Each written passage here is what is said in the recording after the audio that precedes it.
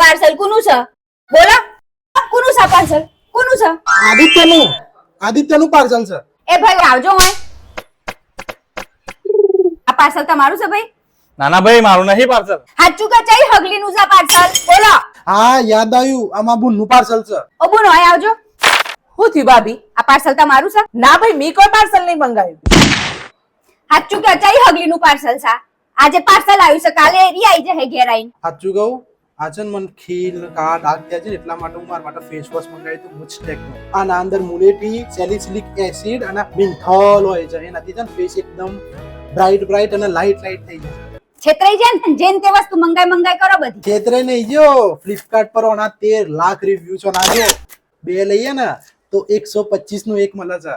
ગોડું નહીં હું અને એમેઝોન ને બી સુમય અવેલેબલ છે આ વસ્તુ. હું નહીં મંગાવતો કઈ હું. એટલે હારું, મારે લાવવું પડે તો હા યાર, લિંક મોકલજે તું મને. અને તું ખાલી કોમેન્ટમાં બેસ્ટ લખી દે, તારા ડીએમ માં લિંક આવી જાય. તો આ કુર્તી એ તમારી છે?